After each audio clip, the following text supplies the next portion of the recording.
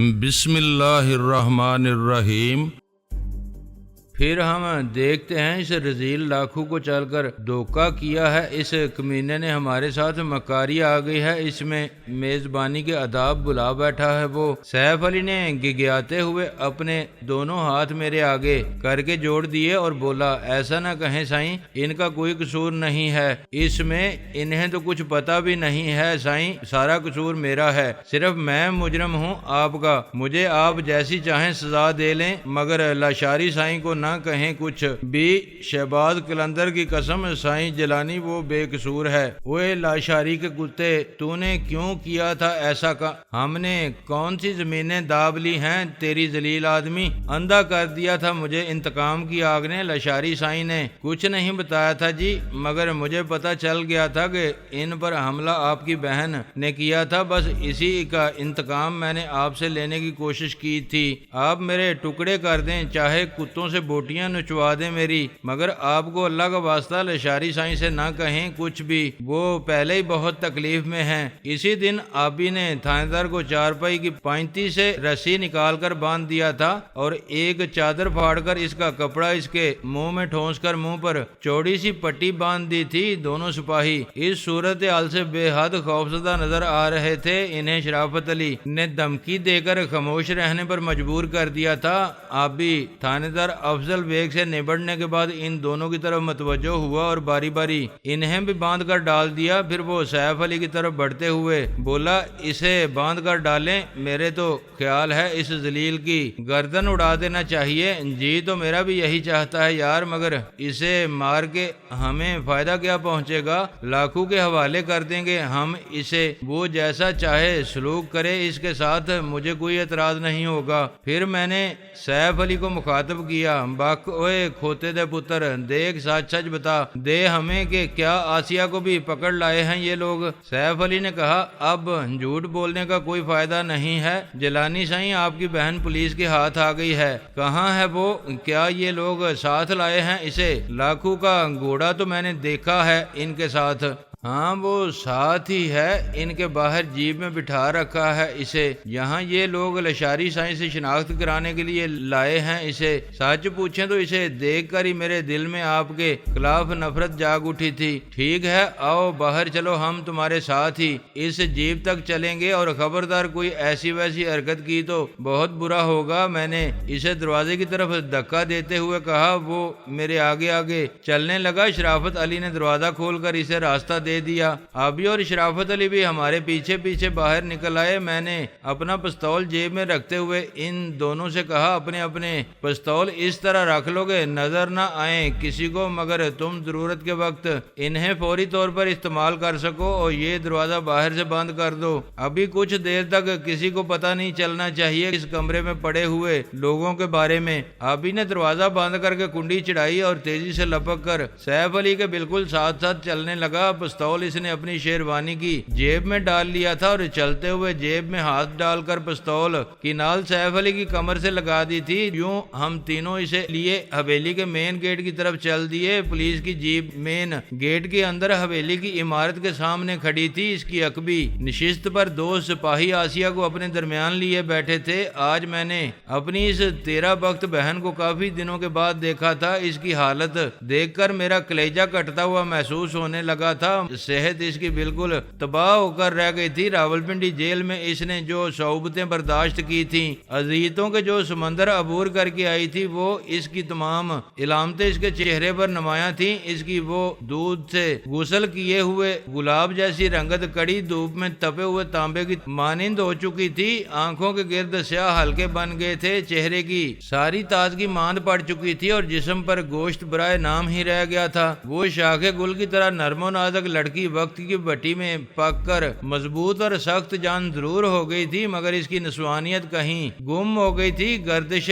دوران نے اس کی ساری آب و تاب چھین لی تھی۔ اس سے میرا دل خون ہونے لگا تھا اس کی یہ حالت دیکھ کر۔ یہ دن تو اس کے پھلنے پھولنے کے تھے، مگر گردش ایام کہاں لیے پھر رہی تھی۔ جن ہاتھوں میں پھولوں کے گجرے ہونا چاہیے تھے، وہاں لوہے کی ہتھکڑیاں ڈال رکھی تھی انہوں نے۔ میں نے تو ان ہاتھوں میں سہاگ کی چوڑیاں دیکھنا چاہیے چاہی تھی، مگر میرے لالچی تایا کی ہرس نے اسے اس مقام پر پہنچا دیا تھا جہاں سے واپسی کی راہ نہ اسے سجائی دیتی تھی اور نہ میں ہی کوئی عافیت کی راہ پا سکا تھا۔ ایک سپاہی نے اس کے ہاتھ میں پڑی ہتھ کڑی کی زنجیر کا دوسرا سرا اپنے ہاتھ میں لپیٹ رکھا تھا اور دوسرا سپاہی رائفل گود میں رکھے پیر پھیلائے آرام سے بیٹھا تھا۔ آسیہ نے ہمیں اپنی طرف آتے دیکھ کر شرمندگی سے گردن نیچے جھکا لی۔ دونوں سپاہی سوالیہ نظروں سے ہمیں دیکھنے لگے۔ وہ بھی سمجھے ہوں گے کہ ہم یا تو ان کے لیے تھانے افضل بیگ کا کوئی پیغام لے کر آئے ہیں یا ان کے قریب سے گزر کر آگے کہیں جانا چاہتے ہیں۔ یہ تو ان کے وہم و گمان میں بھی نہیں ہوگا کہ لاکھو پر اندھا دھند گولیاں چلا کر زخمی اور اس کے 2 آدمیوں کو ہلاک کرنے والی عورت کو وہ رات بھر کی تگ و دو کے بعد پکڑ لانے میں کامیاب ہوئے ہیں۔ لاکھو ہی کی حویلی کے کچھ لوگ اسے ان کی قید سے آزادی دلانے آ سکتے ہیں۔ وہ اس حویلی میں ایسی کسی کارروائی کا تصور بھی نہیں کر سکتے تھے اور ان کا یہ اطمینان ہی ہمارا کام آسان کر گیا۔ جیپ کے قریب پہنچتے ہی سیف علی آبی اور شرافت علی اس طرف بڑھ گئے جدھر کا سپاہی آسیہ کی ہتھ کڑی کی زنجیر تھامے بیٹھا تھا اور میں بندوق بردار سپاہی کی طرف ہو لیا۔ میں نے سپاہی کے پاس جا کر کہا، یہ تم کس عورت کو پکڑ کر لے آئے ہو؟ جوان ایسی معصوم صورت عورتیں آگ اور خون کا کھیل بھی کھیل سکتی ہیں، یہ یقین ہے تمہیں؟ سپاہی ہنس کر بولا، اس کی معصوم صورت پر نہ جاؤ وڈیرا سائیں، یہ بڑی خطرناک عورت ہے، جیل توڑ کر آئی ہے یہ۔ اچھا، حیرت ہے یار۔ آبی نے حیرت کا اظہار کرتے ہوئے کہا، تمہیں غلط فہمی لگی ہے یارو، جیل توڑنا کسی اس جیسی عورت کے بس کی بات تو نہیں ہے، شیر کا جگرا چاہیے اس کام کے لیے۔ کسی نے بہکا دیا ہے بھائی تمہیں، یہ ایسی نہیں لگتی مجھے۔ نہیں جی، ہمارے تھانے دار افضل بیگ صاحب کی بات غلط نہیں ہوتی کبھی، بڑی یادداشت تیز ہے ان کی، ایک بار کسی کا نام سن لیں یا تصویر دیکھ لیں کسی کی تو پھر 50 سال بعد بھی وہ بندہ ملے گا تو فوراً پہچان لیں گے اسے بھی دیکھتے ہی پہچان لیا تھا۔ انہوں نے راولپنڈی جیل سے بھاگی تھی، یہ اس کا ایک ساتھی بھی تھا جی، اسلم آبی، وہ بھی اس کے ساتھ ہی بھاگا ہے جیل توڑ کر، اور اس کا ایک بھائی ہے غلام جلانی، بہت مشہور ڈکیٹ ہے، بڑے قتل شتل کیے ہیں اس نے، بیگ صاحب کہتے تھے وہ جیل کی کوٹھڑی سے بھاگا ہوا ہے، پولیس کے بھی بہت سے بندے مارے ہیں جناب اس نے۔ وہ ایک معمولی سا سپاہی تھا اور ہمیں کوئی وڈیرا سمجھ کر معلومات سے متاثر کرنا چاہتا تھا۔ میں نے پوچھا، تم نے غلام جلانی اور اسلم آبی کو دیکھا ہے کبھی؟ سنا ہے ہر تھانے میں، تصویر تو دیکھی ہوگی ان کی؟ نہیں جی، میں نے تو نہیں دیکھی ان کی تصویر کبھی۔ دیکھی ہے پیرو، اس نے اپنے دوسرے ساتھی کو مخاطب کیا، لاؤ یار یہ زنجیر مجھے دو اور اسے نیچے اتار دو، ذرا ہم بھی تو دیکھیں اس شیرنی کو کیسے یہ کر لیتی ہے ایسے کام۔ آبی نے ہاتھ بڑھا کر آسیہ کے ہاتھ میں پڑی ہتھ کڑی کی زنجیر پکڑتے ہوئے کہا، کسی شیرنی ہی کی اولاد معلوم ہوتی ہے مجھے تو یہ۔ وہ سپاہی اس کے ہاتھ سے زنجیر چھڑانے کی کوشش کرتے ہوئے بولا، نہ جی نہ، نیچے نہیں اتار سکتے ہم اسے، بڑی خطرناک عورت ہے یہ، بیگ صاحب سختی سے حکم دے کر گئے ہیں نیچے نہ اترے۔ آبی نے تیزی سے اس کا گریبان پکڑ کے جیب سے نیچے کھینچ لیا اسے اور پستول نکال کر اس کے پہلو میں اس کی نال دنساتے ہوئے بولا، بیگ صاحب کے بچے چھوڑ زنجیر نہیں تو سینے میں کھڑکی کھول دوں گا سالے کی۔ دوسرا سپاہی جلدی سے سنبھل کر بندوق اٹھاتے ہوئے بولا، اوئے یہ کیا بدماشی ہے قانون کے بندوں کے ساتھ؟ میں نے چیتے کی سی پھرتی سے اس کے ہاتھ سے رائفل جھپٹ کر الگ پھینک دی اور اسے اپنے پستول کی زد میں رکھ کر کہا، چپ کر، اور قانون کی اولاد جانتا نہیں ہے تو؟ ہمیں آدمی کو آوارہ کتے کی طرح مار کے پھینک دیتے ہیں ہم۔ آبی نے اس دوران دوسرے سپاہی کو قابو کر کے آسیہ سے کہا، تم نیچے آ جاؤ آسیہ۔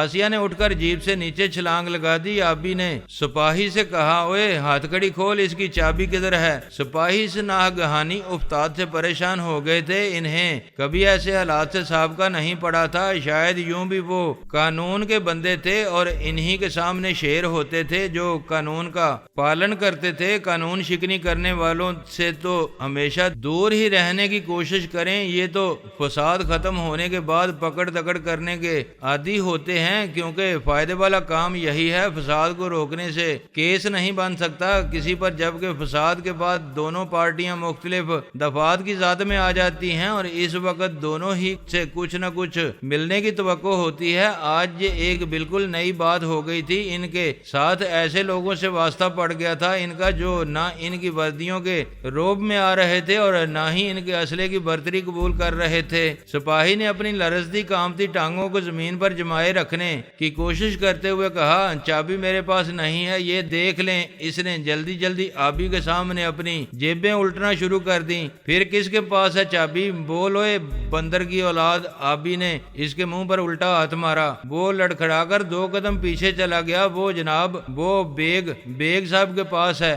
آبی نے شرافت علی سے کہا، جا یار دیکھ اس لال بیگ کے بچے کو، اس کی جیب میں ہوگی چابی۔ شرافت علی پلٹ کر تیز قدم اٹھاتا اس طرف چلا گیا جہاں ہم اس تھانے دار اور اس کے دونوں ماتحتوں کو گٹھڑی بنا کر ڈال آئے تھے۔ وہ سپاہی جسے میں نے پستول کی ذات میں لے رکھا تھا کچھ بہادر معلوم ہوتا تھا۔ اس نے پولیس والوں کے مخصوص انداز سے ہمیں تنبیہ کی، یہ تم لوگ اچھا نہیں کر رہے ہو، قانون سے ٹکر لینا بہت مہنگا پڑے گا تمہیں۔ تو فکر نہ کر میرے یار، ہم اب عادی ہو چکے ہیں یہ مہنگے سودے کرنے کے، کوئی نئی بات نہیں بتائی ہے تو نے ہمیں۔ اگر شروع ہی میں کسی تجھ جیسے نے یہ بات سمجھانے کی کوشش کی ہوتی تو آج اتنے آگے نہ بڑھ چکے ہوتے۔ ہم آبی ہنس کر بولا۔ میں نے ادھر ادھر نظریں دوڑا کر ارد گرد کا جائزہ لیا حویلی کہ کئی آدمی مجھے نظر آئے جو مختلف جگہوں پر کھڑے ہم لوگوں کو دیکھ رہے تھے۔ وہ شاید صحیح اندازہ نہیں کر سکے تھے صورتحال کا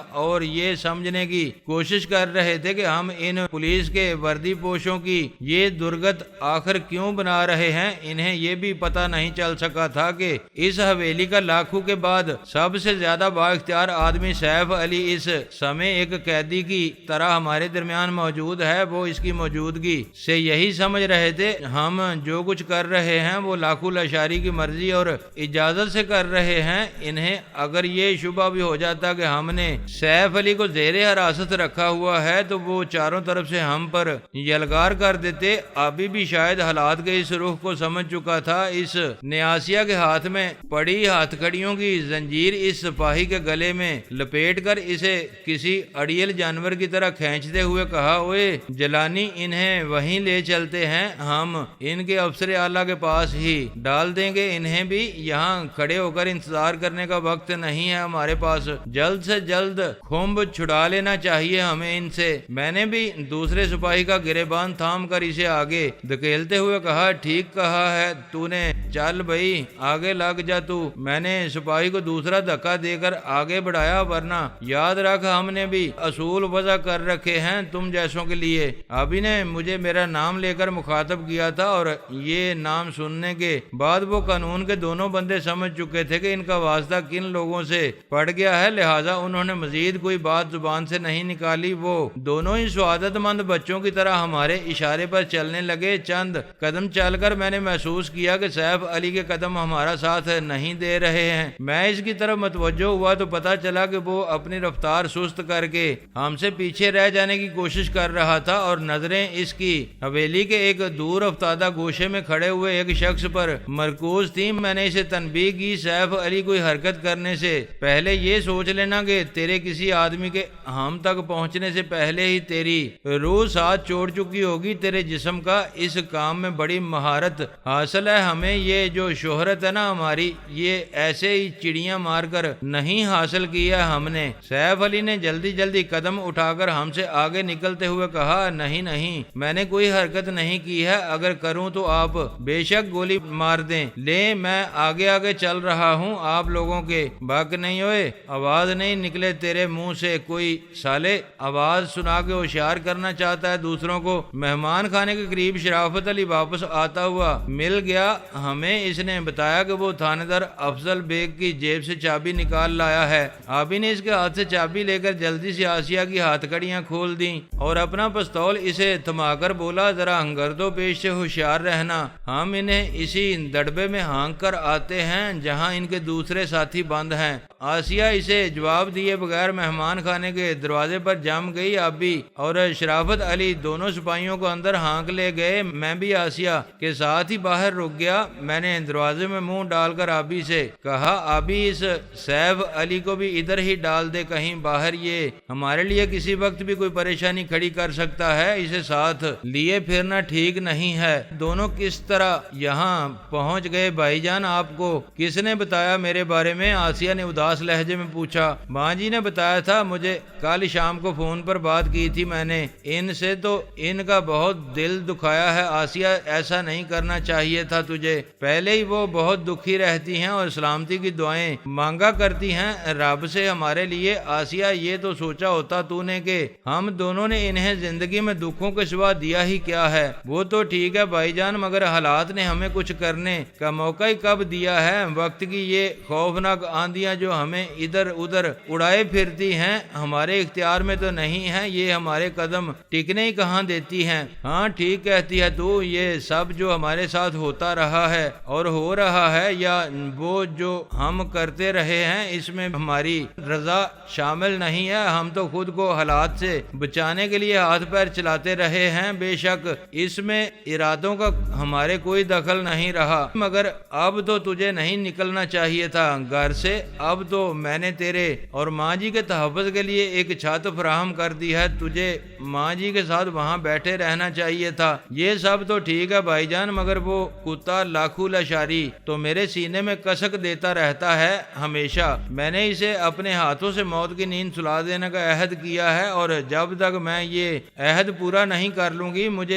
ایک پل بھی چین نصیب نہیں ہو سکے گا۔ مجھے یہ عہد پورا کر لینے دیں آپ، پھر میں آپ کا ہر حکم بے چون چرا مان لوں گی، کبھی سرتابی نہیں کروں گی آپ سے۔ کیا تو اسے کسی طرح معاف نہیں کر سکتی آسیہ؟ میں نے پہلے بھی بتایا تھا تجھے کہ وہ بہت پشیمان ہے اپنی اس غلطی پر اور تجھے ہمیشہ کے لیے اپنا لینا چاہتا ہے۔ وہ جن حالات سے گزرتی رہی ہے تو اس کے بعد اس سے بہتر ٹھکانہ میسر آ سکتا ہے تجھے کوئی؟ یہ بھی سوچا ہے کبھی تو نے؟ میں تو سمجھتا ہوں بہتر تو کیا اس سے بدتر جگہ ملنا بھی مشکل ہے تیرے لیے۔ اب ایسی باتیں نہ کریں آپ، میں بتا چکی ہوں آپ کو، اسے کبھی معاف نہیں کر سکوں گی میں، اور اس رذیل کتے کی پناہ حاصل کرنے کے بجائے میں قبر کو پناہ کو ترجیح دیتی ہوں، یہ خیال بھی دل میں نہیں لا سکتی میں۔ اس کا چہرہ سرخ ہو گیا۔ آبی اور شرافت علی نے باہر نکل کر دروازے کی کنڈی چڑھا دی۔ آبی بولا، اب ہمیں فوراً نکل چلنا چاہیے یہاں سے۔ آسیہ نے سخت لہجے میں کہا، آپ لوگ جائیں، میں اس کتے کے بچے کا حساب برابر کیے بغیر نہیں جاؤں گی۔ وہ تیزی سے پلٹ کر لاکھو لاشاری کی خوابگاہ کی طرف مڑی۔ اس نے اس حویلی میں چند دن گزارے تھے اور یہاں کے چپے چپے سے واقف تھی۔ وہ اسے کسی سے یہ معلوم کرنے کی ضرورت نہیں تھی کہ لاکھو کہاں مل سکے گا۔ اس وقت میں حیرت سے اسے جاتے ہوئے دیکھ رہا تھا۔ اس نے جو فیصلہ کر کے ایک دم قدم بڑھا دیے تھے، اس کے لیے میں اس گھڑی بالکل تیار نہیں تھا، اور اب میری سمجھ میں نہیں آ رہا تھا کہ اسے کس طرح اپنے ارادے سے باز رکھوں۔ آبی نے اس کی طرف لپکتے ہوئے کہا، اوے یار آگے بڑھ کر روک اسے، عجیب سماب صفت لڑکی ہے، کسی جگہ ٹکتی ہی نہیں ہے ذرا دیر بھی۔ اس کے کہنے پر مجھے بھی جیسے ہوش آ گیا، میں بھی اس کے پیچھے پیچھے تیزی سے لپکا۔ لاکھو کی خوابگاہ زیادہ دور نہیں تھی، وہاں سے اس سے پہلے کہ ہم میں سے کوئی آسیہ کو روک سکتا وہ جھپٹ کر اس کے کمرے میں داخل ہو گئی۔ اس نے اندر جاتے ہی دروازہ بند کرنا چاہا، مگر آبی جو میرے آگے آگے بھاگا جا رہا تھا تیزی سے دروازے میں حائل ہو گیا۔ اسے بخوبی اندازہ تھا اس وقت اگر ذرا بھی تساہل کا شکار ہو گئی وہ تو پھر کسی اور موقع کے لیے اسے دوبارہ نہ جانے کتنا انتظار کرنا پڑے، اور یہ بھی یقین نہیں تھا کہ اسے اس انتظار کی مہلت بھی مل سکے یا نہیں۔ چنانچہ اس نے آبی کو اندر آنے سے روکنے کی کوشش میں وقت برباد نہیں کیا۔ اسے یہ خدشہ رہا ہوگا کہ اگر اس نے دروازہ بند کرنے کے لیے زور آزمائی کی تو آبی کے مقابلے میں اس کا کامیاب ہونا تو ممکن نہیں تھا، لہذا یہ ہو سکتا تھا کہ زور آزمائی کے دوران آبی اسے پکڑ کر آگے بڑھنے اور پستول کو استعمال کرنے سے روک دے۔ اس نے آبی کو دروازے ہی میں چھوڑ دیا اور زخمی اور نڈال بستر پر پڑے ہوئے لاکھو کی طرف دوڑ گئی۔ پاگل مت بنو آسیہ، ہوش سے کام لو، ایک نیم جان شخص کی جان لے کر تمہیں کچھ فائدہ نہیں ہو سکے گا۔ آبی نے اس کی طرف بڑھتے ہوئے اسے سمجھانے کی کوشش کی، میری بات سن سنو آسیہ رک جاؤ، یہ تم اچھا نہیں کر رہی ہو، پاگل میں نہیں تم لوگ ہو گئے ہو، تم سب جو مجھے ایک ذلیل اور نیچ آدمی کو اپنی زندگی میں شریک کر لینے پر مجبور کر رہے ہو، ان حالات میں تو اس کی موت اور بھی ضروری ہو گئی ہے میرے لیے، آسیہ نے کہا، اور اس سے پہلے کہ آبی یا میں اس کے قریب پہنچ دے اس نے پستول والا ہاتھ سیدھا کر کے لاکھو پر گولی چلا دی۔ میں اور آبی دونوں ایک ساتھ اندر گھسنے کی کوشش میں باہم الجھ کر رہ گئے، بس وہی ایک لمحہ جو ہمیں سنبھلنے میں لگا تھا بد نصیب لاکھو لاشاری کے لیے اجل کا پیامبر بن گیا۔ لاکھو لاشاری بستر میں لیٹا یہ سب کچھ دیکھ رہا تھا، اس نے آسیہ کے روپ میں موت کو اپنی طرف بڑھتے دیکھ لیا تھا، مگر اس سے بچنے یا اسے روکنے کی بالکل ہی کوشش نہیں کی، اس نے وہ پہلے ہی اپنی زندگی آسیہ کے نام کر چکا تھا۔ موت کو اپنے اس قدر قریب دیکھ کر اس کے ہونٹوں پر مسکراہٹ کھیلنے لگی تھی۔ آسیہ نے یکے بعد دیگرے 2 فائر کیے تھے، اس پر پہلی گولی لاکھو لاشاری کے بائیں شانے پر لگی اور وہاں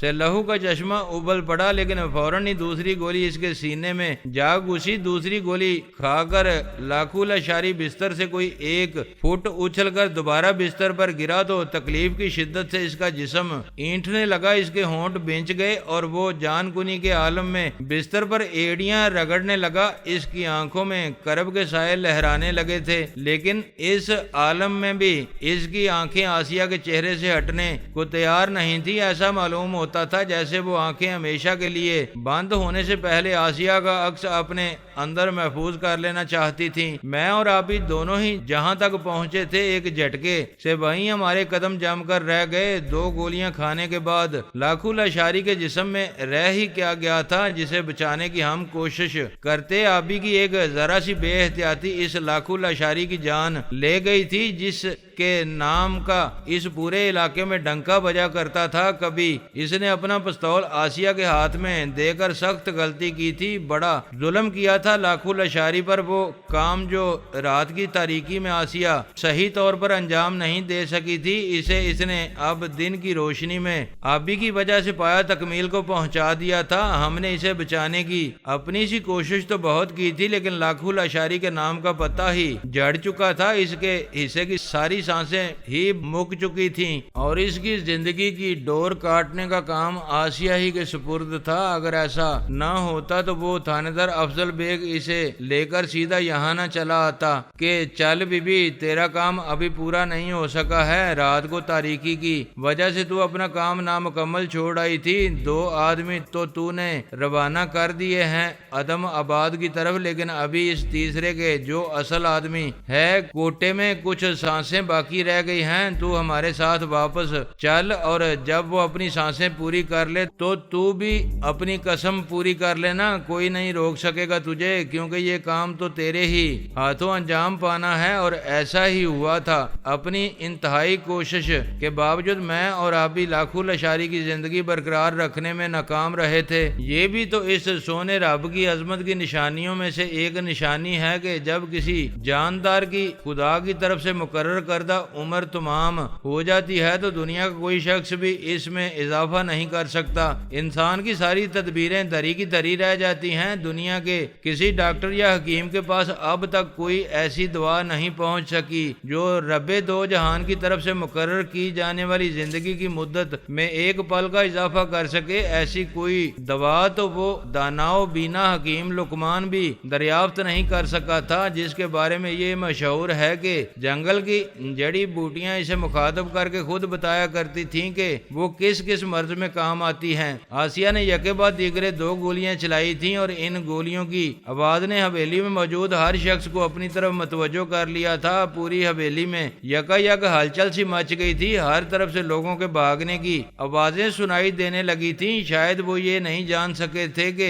گولیوں کی آواز حویلی کے کس حصے سے سنائی دی تھی، انہیں یہ اندازہ لگانے میں دشواری ہو رہی تھی، اسی لیے وہ ادھر ادھر بھاگے پھر رہے تھے۔ اچانک 2 کڑیل جوان ہاتھوں میں رائفلیں تھامے دوڑتے ہوئے اس کمرے میں گھس آئے جہاں ہم تینوں لاکھو لاشاری کے خون میں ڈوبے بے جان جسم کے ساتھ موجود تھے۔ اندر داخل ہوتے ہی انہوں نے سب سے پہلے لاکھو لاشاری پر نظر ڈالی تھی اور اسے دیکھتے ہی وہ ٹھٹک کے رہ گئے، ان کی آنکھیں چند ثانیے کے لیے وہیں جم کر رہ گئیں۔ لاکھو اپنے ہی خون لت پت اور بے سدھ پڑے دیکھ کر انہوں نے فوراً فوراً ہی حالات کا اندازہ لگا لیا اور نہایت تیزی کے ساتھ اپنی رائفلیں سیدھی کر کے ہم پر تان لیں۔ ان کی نظریں آسیہ کے چہرے پر ٹک کر رہ گئی تھیں۔ ان دونوں میں سے ایک کو میں پہچانتا تھا، اسے میں لاکھو کے ساتھ اس حویلی میں پہلے بھی دیکھ چکا تھا۔ وہ لاکھو کا دستے راز تھا اور نام اس کا ممتاز بتایا تھا مجھے لاکھو لاشاری نے۔ آدمی وہ بڑا جی دار تھا اور ہر دم لاکھو لاشاری کے پسینے پر اپنا خون گرانے کو تیار رہتا تھا۔ دوسرا جو قد کاٹ اور حیثیت میں کسی طرح بھی ممتاز سے کم نہیں تھا، میرے لیے بالکل اجنبی تھا۔ پہلے جب میں یہاں آیا تھا تو وہ میرے سامنے نہیں پڑا تھا یا شاید کہیں گیا ہوا تھا۔ ان دنوں وہ اس لیے نظر نہیں آیا تھا۔ لاکھو لاشاری نے اپنے ارد گرد جو لوگ جمع کر رکھے تھے وہ تقریباً سارے ہی اپنے فن میں طاق تھے اور جان دینے کو تیار رہتے تھے۔ لاکھو پر اجنبی لوگوں کے معاملے میں تو بہت حساس تھے یہ، مگر جس پر اعتبار کرتے تھے آنکھیں بند کر اس کی طرف سے، یہی ایک کمزوری تھی ان میں۔ اسی کمزوری نے اس وقت لاکھو لاشاری کی جان لے لی تھی۔ ہم پر ایسا ہی اندھا اعتبار کر لیا تھا انہوں نے، جس کی وجہ سے ہم پر نظر رکھنے کی ضرورت ہی محسوس نہیں کی، ورنہ اتنی آسانی سے لاکھو شکار نہیں ہو جاتا آسیہ کا۔ ہمیں اپنی رائفلوں کی زد پر رکھ کر ممتاز نے کڑک کر کہا، جو جہاں ہے وہیں کھڑا رہے، اپنی جگہ سے حرکت نہ کرے کوئی، ورنہ ہم اس کے جسم میں روشن دان کھولنے میں ذرا بھی دیر نہیں کریں گے، اور یہ ہتھیار زمین پر ڈال دو۔ اپنے